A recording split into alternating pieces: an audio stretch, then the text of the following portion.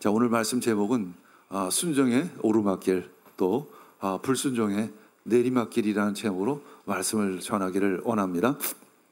자, 순종과 불순종, 이 신명기 사관이 이제 보면 순종하면 하나님으로부터 복을 받는다. 또 불순종하면 저주를 받는다. 이것이 신명기 사관 대부분의 그 구약에 있는 역사서의 주된 기조가 되는 흐름이죠.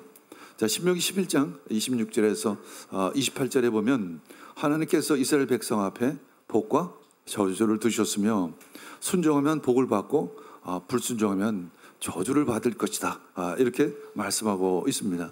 그리고 신명기 전체적으로 끊임없이 하나님은 이스라엘 백성들에게 특별히 이제 젖과 꿀이 흐르는 가나안 땅, 이제 하나님의 백성으로서의 어떤 기본적인 어떤 자세, 태도는 바로 하나님의 말씀에 순종할 것인가에 달려 있다는 것을 말씀하고 있습니다.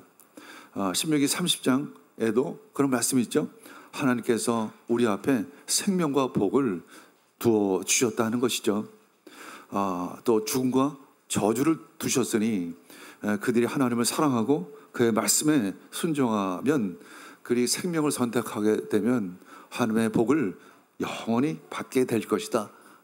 이런 말씀입니다.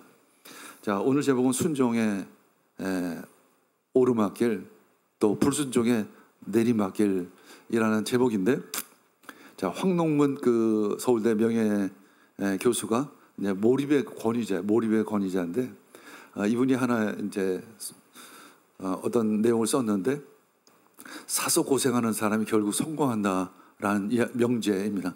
사서 고생하는 사람이 결국 고생한다. 여러분들 등산하죠? 사서 고생하는 거예요, 사실. 왜 우리 등산할까요? 존 고든이라는 미국의 동기부여 전문가가 이런 얘기를 했습니다.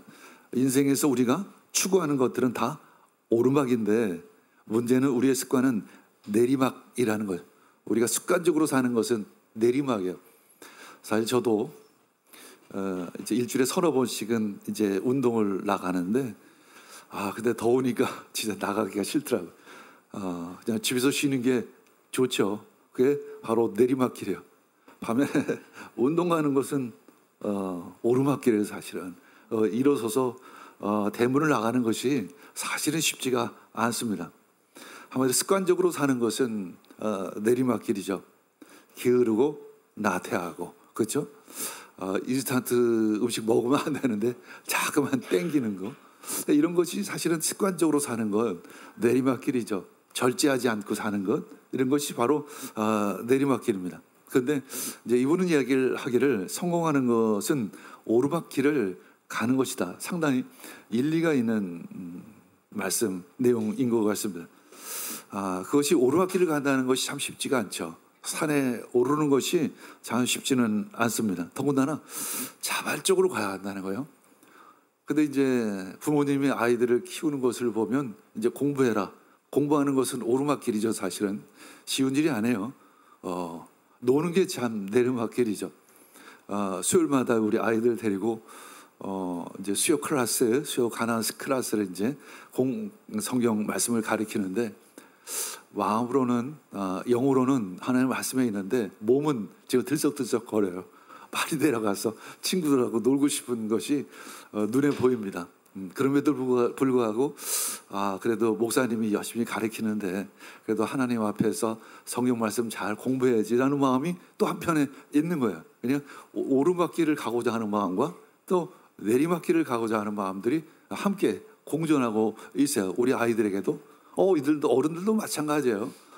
즐거운 것이 좋고 재미있는 것이 기쁘고, 그러나 그것은 대부분 내리막길이라는 거예요. 특히 뭐 중독, 마약 이런 것들은 상당한 내리막길이죠. 그러나 그것은 굉장히 위험하고 문제가 되는 것이죠. 근데 자발적으로 해야 된다는 거예요. 근데 이분이 이제 이런 예를 듭니다. 등산은 이제 오르막길을 오르는 것인데 왜 사람들은 등산을 할까? 물론 건강을 위해서 올라가요.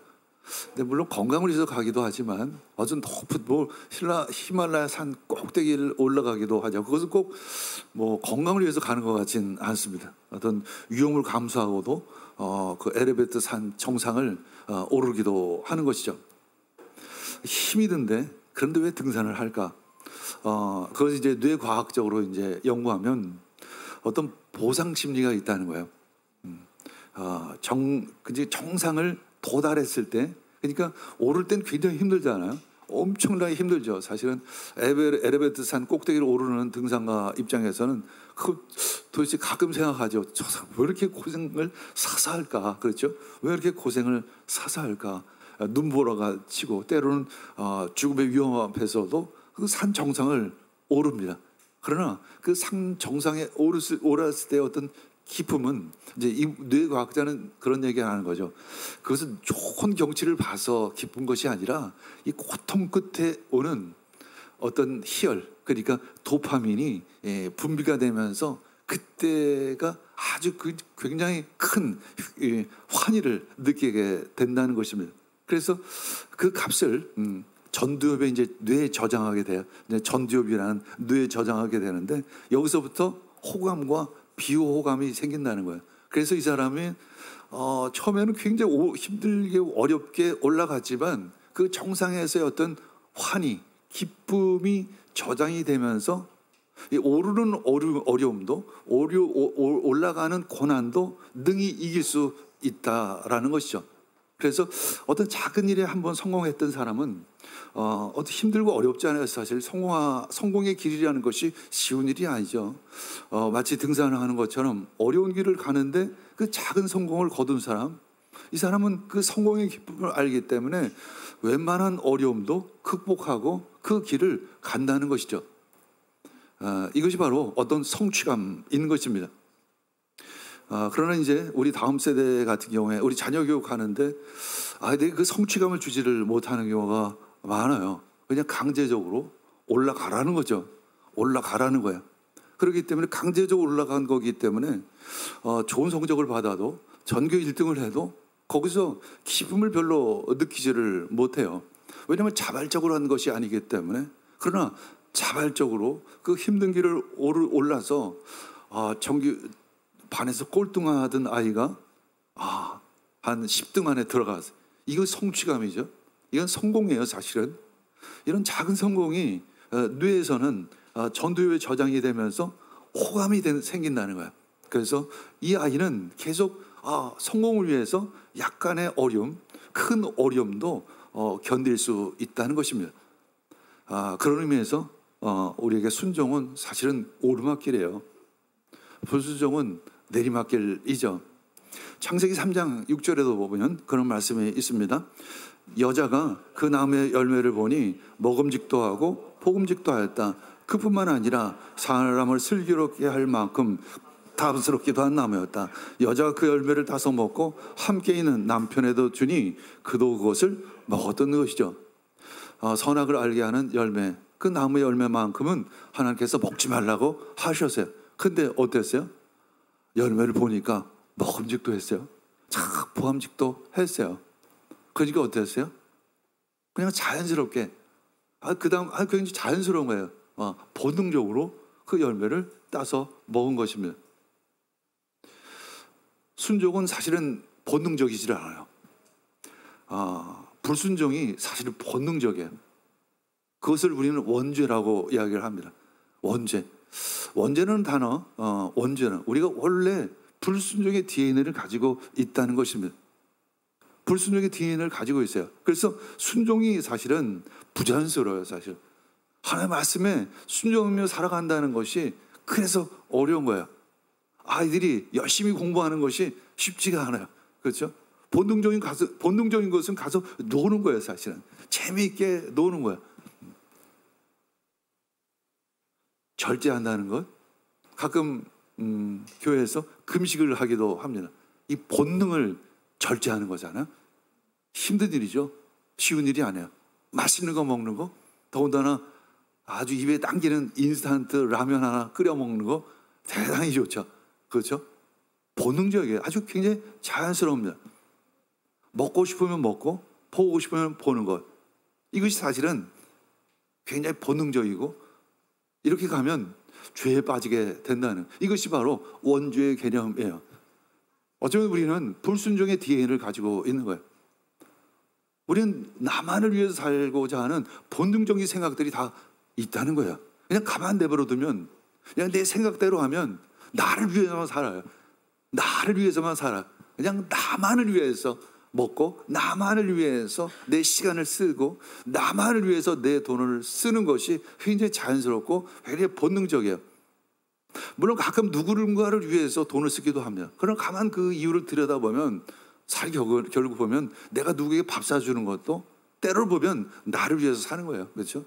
내가 좋은 사람인 것으로 인정받기 위해서. 그래서 불순종이라는 것은 굉장히 어떻게 보면 자연스러워요. 누군가를 미워하는 거 자연스럽게 들어오잖아요. 사랑하기보다 미워하는 것이 사실 훨씬 더 쉽습니다. 사랑하는 것, 믿음을 갖는 것, 소망을 갖는 것, 때로는 이것이 굉장히 부자연스러워요. 비본능적이에요. 사실은 오르막길을 오르는 거예요. 등산길을 오르는 것과 같습니다. 그런데 예수님께서 우리에게 성령을 부어주셨습니다. 마치 오르막길을 마치 케이블 타고 올라가는 것과 같아요. 그 케이블카를 타라는 거예요. 믿음인 것입니다. 믿음으로 그 케이블카를 타고 그 산 정상에 오르라는 것입니다. 그것이 바로 믿음이에요. 그리고 성령의 의지에서 우리는 예수 그리스도의 그 길을 따라가는 것입니다. 그것이 바로 순종과 불순종입니다. 그래서 세상적인 말로, 인간적인 말로 얘기했을 때 순종과 불순종과 성령 안에서의 순종과 불순종은 너무나도 개념이 많이 틀려요. 너무나도 많이 틀려요. 세상의 순종은 부모님이 아이들에게 엄마 말에 순종해. 이것은 바로 엄마의 말을 그대로 듣고 물도 오라면 물도 오고 공부 열심히 하면 공부를 열심히 하는 게 순종하는 거야 라고 얘기하지만, 성령에서의 순종은 좀 더 본질적인 의미가 있다는 거예요. 그것은 바로 그 본질적인 의미는 바로 하나님 말씀에 순종한다는 것은 바로 하나님 안으로 들어간다는 것, 하나님 말씀이 내 안으로 들어오는 것까지를 포함해요. 조금 더 본질적이라는 거예요. 그러니까 순종하면 복을 받는다는 것이, 네가 물 잘 떠면 내가 복 줄 거야, 내가 말 잘 들으면 내가 복 줄 거야가 아니라 순종하면 그 복의 근원이 될 것이다라는 그러한 의미인 것입니다. 자, 이제 느헤미야서로 가겠습니다. 이제 느헤미야를 통해서 이제 성벽을 재건을 했어요. 느헤미야가 가장 첫 번째 한 일은 바로 성벽 재건입니다. 이제 성벽을 재건함으로 말미암아 예루살렘이라는 어떤 도시가 이제 어느 정도 그림이 잡힌 거예요. 성벽이 없을 때는, 무너졌을 때는 외세의 침략에 의해서 방어할 수 있는 수단이 별로 없었던 것이죠. 이제 도시는 회복되어 가는 가운데 이제 백성들이 이야기합니다. 이제 성전도 어느 정도 모양새를 만들어가고 성벽도 재건되고 하니까 백성들은 하나님이 다시 기억나기 시작을 하는 거예요. 하나님이 다시 그 성전에서 예배를 드리고 싶은 마음, 제사를 드리고 싶은 마음들이 서서히 회복되기 시작을 합니다. 그러면서 백성들이 에스라 학사에게 와서 간청을 합니다. 에스라여, 우리에게 오셔서 하나님의 말씀, 그 율법을 선포해 주시기를 바랍니다. 그래서 이제 7째 달에 백성들이 성문 앞 넓은 광장에 다 모여 있습니다. 그리고 거기다 강단을 높이 세워서 에스라 학사가 이제 율법책을 낭독하기 시작을 하는 것이죠. 그것은 이제 수문 앞 광장이라고 이야기합니다. 이제 하나님의 말씀을 낭독하는데 아침 일찍부터 오후까지 계속해서 말씀을 전합니다. 이제 대낮에는 그 지역은 너무나도 덥기 때문에 가능하면 일찍부터 시작해서 해가 중천에 뜨기 전까지 하나님의 말씀을 낭독하는 거예요. 뭐 보통 정확히 몇 시간이라고는 기록되어 있지 않지만 한 대여섯 시간은 하나님의 말씀이 선포되었을 것입니다. 남녀노소 알아들을 만한 모든 사람들이 하나님의 말씀에 기울이기 시작을 했습니다. 에스라 좌우에는 왼쪽에 7명, 오른쪽에 1명의 사람들이, 리더들이 서 있습니다. 7명씩 서 있다는 것은 바로 증인의 의미를 가지고 있습니다. 모든 백성이 말씀이 선포되어질 때 다 일어섭니다. 다 일어섭니다. 그것은 바로 하나님의 말씀을 존중한다는 의미를 가지고 있습니다. 여러분들 어떤 마음으로 지금 말씀을 듣고 계십니까?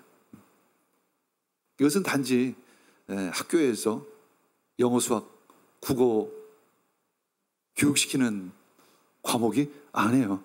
이것은 하나님의 말씀이 선포되어지는 것이죠. 그래서 우리는 하나님의 말씀 앞에 존중하는 마음 가지고 하나님 앞에 서는 것입니다. 그런 말씀으로 하나님의 말씀 들으시기를 원합니다. 8장 5에서 6절 읽겠습니다. 학사 에스라는 높은 단 위에 서 있었으므로 백성들은 모두 그가 책 펴는 것을 볼 수 있었다. 에스라가 책을 펴면 백성들은 모두 일어섰다. 에스라가 위대하신 주 하나님을 찬양하면 백성들은 모두 손을 들고 아멘, 아멘하고 응답하고 엎드려 얼굴을 땅에 대고 주님께 경배하였습니다. 이 백성들의 모습을 보면 어떤 느낌이 드십니까? 그렇죠? 얼마나 겸손. 그래서 겸손이죠. 에스라가 위대하신 주 하나님을 찬양할 때 백성들은 아멘, 아멘. 그렇습니다. 그렇습니다. 맞습니다. 옳습니다. 그렇게 해야 될 것 같습니다. 이렇게 고백했던 것입니다. 그리고 땅에 엎드려 하나님의 말씀을 듣는 것이죠. 도무지 서서 그 말씀을 들을 수가 없었습니다. 이 겸손한 모습으로 땅에 얼굴을 땅에 대고, 땅에 얼굴을 댄다는 것은 땅의 먼지와 같은 존재입니다. 저는 부족합니다. 저희는 아무것도 아닙니다. 우리는 하나님의 말씀 앞에 너무 부족한 인간입니다. 그저 본능적으로 살아가는 인간, 그냥 내리막길을 가는 길을 너무 좋아하는 인간, 게으르고 나태한 인간, 미워하고 시기하고 질투하는 그런 인간, 물질이라면 사죽을 못 쓰는 인간, 그런 인간일 뿐입니다 라는 고백으로 하나님 앞에 무릎 꿇는 것입니다. 납작 엎드리는 것이죠. 하나님의 위대함을 높이고 자신의 부족함, 자신의 비천함을 느끼게 되는 것입니다. 크리스찬이 된다는 것은 첫 번째는 내가 참 별볼이 없다는 것을 깨닫게 되는 거예요. 그것이 없으면 그 다음 단계로 나아갈 수가 없어요. 나의 비천함, 나의 부족함을 느끼는 것이 믿음의 시작입니다. 손을 들었습니다. 나사야드라는 단어를 사용하는데 손을 들어 하나님을 경배하는 그러한 모습이죠. 그러면서 아멘, 아멘 합니다. 참으로 그렇게 되기를 원하며, 여러분들이 가끔 말씀을 선포할 때 아멘 그럴 때가 있죠. 그것이 바로 그렇습니다. 고백하는 거죠. 동의합니다. 믿습니다. 내가 그렇게 하겠습니다 라고 이야기하는 것입니다. 반응하는 것이죠. 여러분들 그렇게 반응하는 겸손한 성도가 되기를 축복합니다. 제가 목회를 하면서 가장 중요한 덕목 중에 하나가 바로 겸손해요. 하나님 앞에 겸손한 것이죠. 그리고 이 성공한 사람들을, 탑에 올라간 사람들을 이제 자주 보게 되는데, 그 대부분의 사람들을 보면 굉장히 겸손한 것을 볼 수 있어요. 근데 두 가지 부류의 종류가, 굉장히 전문적인 능력으로 탑이 된 사람은 약간 교만해요. 근데 그 전문적인 능력이 아니라 어떤 경영이나 어떤 사람의 인정을 받아서 높아진 사람들을 보면 좀 겸손한 경향이 참 많이 있습니다. 왜냐하면 겸손하지 않으면 사람들로부터 또 하나님으로부터 인정받을 수 없기에 그러한 것이죠. 사실 사람들은 교만한 꼴을 못 봐요. 그래서 겸손이 사실은 대단히 중요한 미덕 중에 하나입니다. 8장 8절 읽겠습니다. 하나님의 율법책이 낭독될 때 그들이 통역을 하고 그 뜻을 밝혀 설명하여 주었으므로 백성은 내용을 잘 알아들을 수 있었습니다. 이제 에스라가 말씀을 선포하는 가운데 당시에 레위인들은 옆에 서 있다가 그 말씀을 해석해주고 이해시키는 역할을 해주는 거예요. 두루 다니면서 백성들 사이를 다니면서 그 말씀을 이해시키는 것입니다. 뜻을 밝혀준다, 지혜를 더해서 설명해준다는 의미를 가지고 있습니다. 토역한다는 의미를 가지고 있는데 바로 명확히 한다, 특별히 해석해준다, 특별히 영적인 이해를 돕는다는 것을 의미하는 거예요. 특별히 그 성경 말씀에서 메시아 그리스도를 발견하게 하는 것이죠. 그것이 바로 이 설교자의 몫이기도 한 것입니다. 제가 오늘 말씀을 이제 해석하고 여러분들 선포하는데 중요한 것은 뭐냐면 그 안에 예수 그리스도가 있어야 하는 것입니다. 예수 그리스도가 선포되어야 하는 것입니다. 그래서 깨달았던 것입니다. 이해한 정도가 아니라 깊이 깨닫고 마음에 새기는 것입니다. 그리고 실천한 의무를 알게 되는 것을 의미합니다. 이 말씀대로 내가 살아가야지. 그것이 바로 깨달았다는 의미를 가지고 있습니다. 오늘 말씀에 따라 깨닫기를 원합니다. 말씀으로 살아가기를 원합니다. 그것이 바로 크리스찬이에요. 사실은 그것이 바로 그리스도인인 것입니다.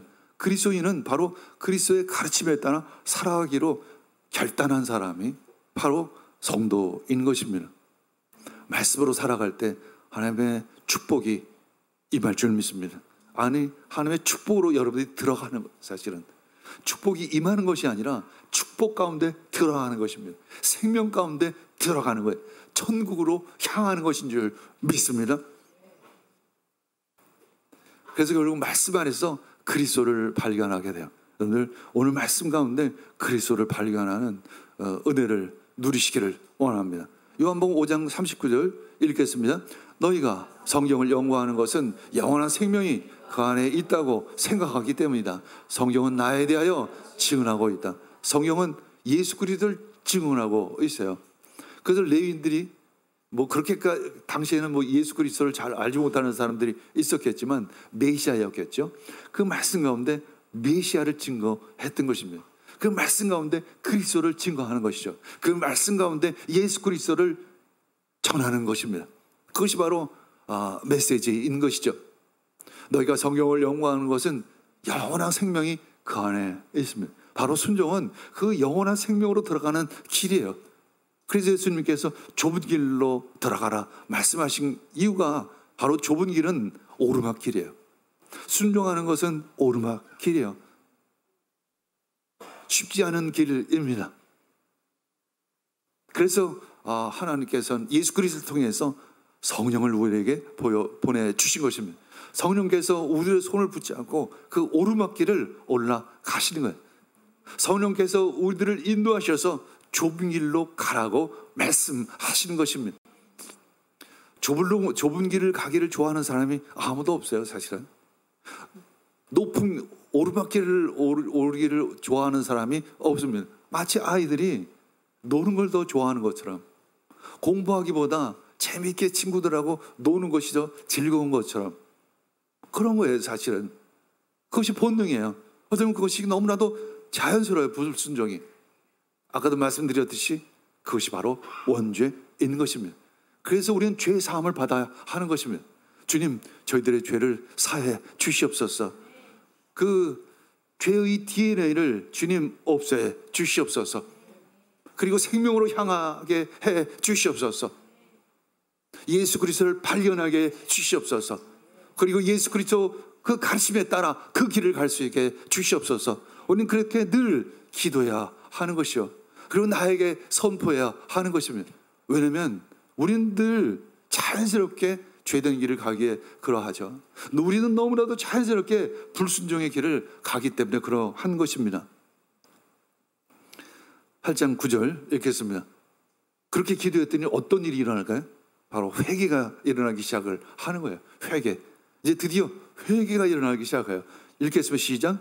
백성은 율법의 말씀을 들으면서 모두 울었다. 그래서 총독 느헤미야와 학사 에스라 제사장과 백성을 가르치는 레위 사람들이 이 날은 주 하나님의 거룩한 날이니 슬퍼하지도 말고 울지도 말라고 모든 백성을 다 일렀습니다. 모두 울었습니다. 사실 여러분들 지금 울어야 돼요. 근데 왜 안 울지? 울어야 돼. 막 울어야 돼요. 근데 또 저는 말합니다. 울지 마라. 오늘 주일이야. 오늘 좋은 날입니다. 오늘 축제입니다. 또 이렇게 얘기해. 이게 여러분 우는 것이 나쁜 것이 아니라 느헤미야가 울지 마. 그거 나쁜 거야. 이게 아니라 이제는 울음을 그치고 이제 변화된 새 삶을 살아갈 수 있어. 함께 축제를 벌이자. 함께 잔치를 벌이자. 그 얘기를 하는 것이죠. 그러면서 말합니다. 기름진 것과 살찐 것을 먹자. 이것은 바로 생명의 양식을 의미합니다. 하나님 앞에서 어떤 천국 잔치를 벌이자. 단 것을 마신다는 것은 잔치에서 어떤 즐거움과 기쁨을 얘기해요. 아가서에서는 포도주라는 것을 자주 비유하죠.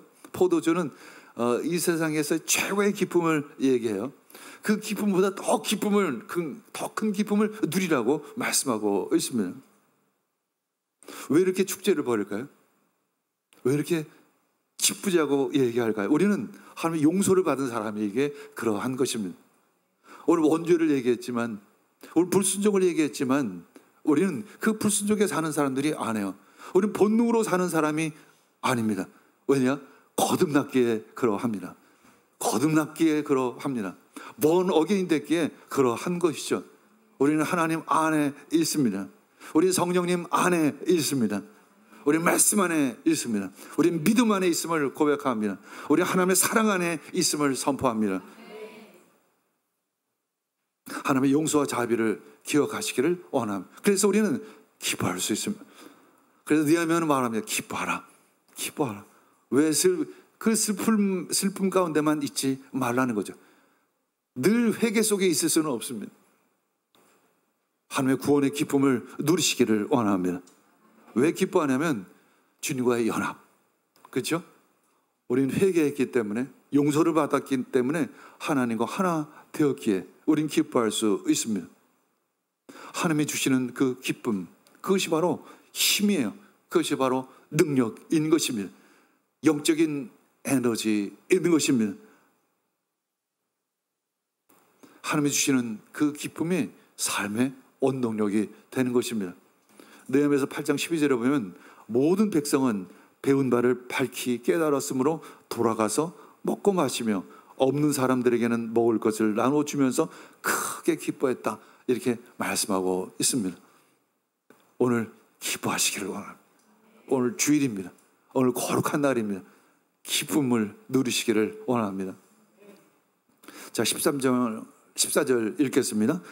이튿날에 모든 백성을 대표하는 각 가문의 어른들이 제사장들과 레위 사람들과 함께 율법의 말씀을 밝히 알고자 하여 학사 에스라에게 갔다. 그들은 이스라엘 자손은 일곱째 달 축제에는 초막에서 지내도록 하라는 주님께서 모세를 시켜서 명하신 말씀이 율법에 기록되어 있는 것을 발견하였습니다.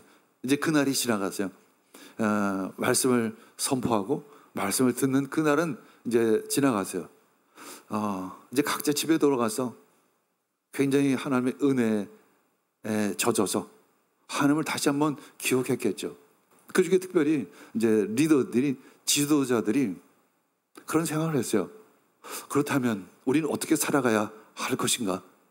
그동안 하나님의 말씀에 불순종하고 내 마음대로 살아왔었는데 이제 어떻게 살아가야 할 것인가? 그래서 이튿날에 모든 백성을 대표하는 가문의 어른들, 지도자들이 이제 모두 함께 모여서 에스라에게, 학사 에스라에게 갔습니다. 말씀의 사람, 말씀을 깊이 깨달은 사람, 그 에스라에게 갔던 것이죠. 그들은 이스라엘 자손은 일곱째 달 축제에는 초막에서 지내도록 하라는 주님께서 모세를 시켜서 명하신 말씀이 율법에 기록되어 있는 것을 발견하였습니다. 한마디로 쉽게 얘기하면 초막절이라는 절기를 발견하게 된 거예요. 계시가 열린 거예요. 사실은 그동안 매일 읽었어요. 매일 말씀을 읽었는데 깨닫지 못했던 것이 오늘 눈에 확 들어오는 것이죠. 마음에 확 읽어지는 것입니다. 그러면서 이 말씀이 진짜 진리의 말씀으로, 생명의 말씀으로 다가오는 것입니다. 그리고 그 말씀을 지키겠다는 결단이 생기는 거죠. 바로 그 순간인 것입니다. 초막절의 그 계명이 다시 한번 깨닫게 되어지는 거예요. 이렇게 초막을 지어서 그 안에서 이제 지내는 것인데 실천이죠. 하나님의 말씀을 다시금 발견하고 잊고 있었던 그 약속의 말씀, 율법의 말씀이 깨달아진 것입니다. 초막절은 무엇이냐면 이제 출애굽 이후에 광야 40년 생활을 했었죠. 그 쉬운 일이 아닙니다. 유목 생활을 한 거죠. 정착하지 못하고 여기저기 방황하면서 하늘에서 내려오는 만나 메추라기를 먹으며 그 시간들을 지낼 수 있었습니다. 그러면서 하나님께서 그 보호하시고 지켜주셨던 것을 기념하는 시간이었던 것입니다. 그 광야의 여정에서 편안한 집도 없이 또 돌아다니며 임시로 초막을 짓고 생활했던 그 시간들을 기억하는 것이죠. 그런 가운데도 불기둥과 부름기둥으로 인도해 주신 그 하나님, 때에 따라서 만나와 메추라기로 일용할 양식을 주님, 그 하나님을 찬양하고 그 날을 기념하는 것입니다. 우리에게도 그런 시간들이 있었죠. 광야의 시간이 있었습니다. 하나님을 특별히 믿기 전에 우린 광야의 시간이 있었습니다. 힘들고 어려웠던 그 시간이 있어요. 물론 구원받은 이후에도 어려움은 찾아옵니다. 그러나 그 질이 달리죠. 질이 달림. 과거에는 영적인 어려움이었습니다. 영혼의 방황이었습니다. 그러나 어느 날 하나님께서 찾아오셔서 우리에게 은혜를 주셔서 우리를 구원하신 것입니다. 그래서 그날을 기억하는 것이죠. 더군다나 이 초막절은 추수감사의 의미를 함께 가지고 있어요. 그래서 이건 기쁨의 때예요. 우리 모두의 기쁨의 때인 것이죠. 그래서 즐거움과 감사를 하나님께 올려드리는 축제의 시간이기도 하는 것입니다. 8에서 18절 읽겠습니다. 에스라는 첫날부터 마지막 날까지 날마다 하나님의 율법책을 읽어주었다. 백성은 이래 동안 절기를 지키고 여덟째 되는 날에는 규례대로 성회를 열었습니다. 7일 동안 이제 그 초막에서 자는 거예요. 여기저기 뭐 예루살렘 성 안에 여기저기다가 초막을 지어놓고 가족들이 옹기종기 그 안에서 자면서 그 광야의 시절을 기억하는 거예요. 하나님의 그 은혜를 기억하는 시간 가지시기를 원합니다. 순종을 통해 예수 그리스도를 발견하기를 원합니다. 말씀을 통해 예수 그리스도를 알기를 원합니다. 요한복음 14장 21절 읽겠습니다. 내 계명을 받아서 지키는 사람은 나를 사랑하는 사람이요 나를 사랑하는 사람은 내 아버지의 사랑을 받을 것이다. 그리고 나도 그 사람을 사랑하여 그에게 나를 드러낼 것이다. 내 계명을 받아서 지키는 사람, 순종하는 사람에게는 사람은 나를 사랑하는 사람이다. 예수 그리스도를 사랑하는 사람이라는 거예요. 예수님의 가르침에 순종하는 사람이 바로 예수님을 사랑하는 사람이다 말합니다. 그리고 예수님을 사랑하는 사람은 그 아버지의 사랑을 받게 될 것이다. 그리고 예수님도 그 사람을, 그 순종하는 사람을 사랑할 것이다 라고 말씀하고 있습니다. 그리고 중요한 것은 그에게 나를 드러낼 것이다 라고 말씀하십니다. 순종과 사랑이에요. 순종과 사랑하는 사람에게 예수님이 자신을 드러낼 것이라고 말씀하십니다. 우린 그저 사랑한다고 이야기하죠. 사랑한다고 합니다. 오늘도 사랑했고 어제도 사랑했다라고 말합니다. 그런데 그 안에 순종이 있어야 하는 것입니다. 하나님의 말씀의 순종이 그 사랑이라는 단어 안에, 사랑이라는 행동 안에 담겨 있는지를 질문해야 합니다. 나는 사랑했어. 나는 내 친구 너무 좋아해. 나는 너무 좋아. 그리고 난 너무 사랑해. 그래서 밥도 사줬어.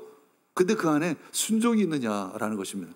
말씀의 순종이 그 안에 담겨 있어야 하는 것이죠. 이것이 참 어려운 일이에요. 사랑도 두 가지 사랑이 있어요. 오르막 사랑이 있고 내리막 사랑이 있습니다. 이제 본능적인 사랑이 있고 진짜 하나님의 사랑이 있다는 거예요. 우리는 본능적인 사랑을 하는 것이 아니라 하나님의 사랑을 해야 하는 것입니다. 하나님의 사랑을 배워야 할 줄 믿습니다. 그것이 다르다는 것을 아시기를 원합니다. 여러분들, 교회 온다는 것은, 하나님의 말씀을 듣는다는 것은 이 본능적인 사랑을 내려놓는 것을 의미해요. 내리막 사랑을 내려놓는 것을 의미하는 것이죠. 우리 아이들 사랑하지 않는 사람이 있나요? 다 사랑하죠. 세상적인 것도 방법도 사실은 일종의 왜곡된 사랑이지만 나름대로 사랑하는 거예요. 물론 잘못된 사랑이지만, 집착이지만 그것도 사랑이라고 이야기를 해요. 거짓 사랑이긴 하지만 그것을 깨달을 때까지는 많은 시간들이 필요하죠. 우린 구원받은 백성은 내가 옛날 그 사랑했던 방법이 잘못됐구나. 잘못됐지. 내가 그렇게 엉뚱했어. 저 역시 그런 회개를 참 많이 합니다. 제가 하나님을 제대로 알지 못했을 때 자녀들에 대한 사랑, 또 사람들과의 관계, 뭐 이런 것들을 돌아보면 너무 부족했다는 것을 느끼게 되죠. 구원받은 후에도 실수는 많이 합니다. 그러나 다른 것은 뭐냐면 내가 지금 잘못했지. 내가 요거는 실수한 거지. 그러면서 돌이킨다는 것입니다. 돌이키는 성도 되기를 축복합니다. 나를 사랑하는 사람은 내 아버지의 사랑을 받을 것이다. 그리고 나를 드러낼 것이다. 나를 알게 될 것이다. 나를 발견하게 될 것이다 라는 의미를 가지고 있습니다. 나도 그 사람을 사랑하여 그에게 나를 드러낼 것이다. 우린 하나님을 사랑해야만 그분을 볼 수 있습니다. 내가 친구를 사랑해야 그 사람의 마음이 들어오는 것처럼, 그 사람의 마음을 아는 것처럼 우린 예수님을 사랑할 때 예수님을 알게 되는 것입니다. 나타냅니다. 보여주십니다. 감춰져 있던 것을 드러내는 것을 의미해요. 계시며 이해할 수 없었던 것을 이해하게 되는 것이죠. 이 예수님과의 그 인격적인 교제 안에서 예수님을 발견하게 되는 것입니다. 예수님의 가르침을 깨닫게 되는 것입니다. 사랑하시기를 원합니다. 그러나 그 안에 순종이 있기를 원합니다. 그래야만 그 사랑이 진정한 사랑이 될 줄 믿습니다. 그때 예수 그리스도가 드러나길 줄 믿습니다. 예수 그리스도를 발견하게 될 줄 믿습니다. 우리는 영적인 오르막길을 가는 것입니다. 여러분들 내리막길 좋아하지 않으시길 원합니다. 그죠? 우리는 힘들고 어려울지라도 그 오르막길을 가시기를 원합니다. 좁은 길을 가시기를 원합니다. 본능적으로 살지 않기를 원합니다. 너무 자연스럽게 살지 않기를 원합니다. 산에 오르는 사람이, 높은 산에 오르는 사람이, 그 엘리베이터 정상에 오르고자 하는 사람이 그 힘들고 어려운 길을 한 걸음 한 걸음 오르듯이 그 길을 가는 성도가 되기를 축복합니다. 그때 예수님께서 동행해 주실 믿습니다. 성령께서 우리들의 손을 잡아주실 줄 믿습니다. 그것이 바로 하나님의 은혜예요. 오르막길을 올라가는 사람에게 임하는 하나님의 은혜인 것입니다. 그러나 어느 순간 하나님이 주시는 환희를 느끼게 될 줄 믿습니다. 그 마치 산 정상에서 느끼는 그 환희, 그 기쁨을 누리는 것처럼 예수님과 동행하면서 느끼는, 그리고 보면서 그 안에서 예수님을 발견했을 때 느끼는 그 환희, 그 기쁨을 누리시기를 원합니다. 사사로운 인간적인 본능적인 기쁨에 만족하지 않으시기를 원합니다. 그것이 바로 세상적인 기쁨이에요. 그 육체적인 기쁨이에요. 그것을 내려놓고 하나님이 주시는 큰 기쁨, 그 생명을 누리는 그 복 안에 들어가는 여러분 되기를 축복합니다. 우리 함께 기도하겠습니다.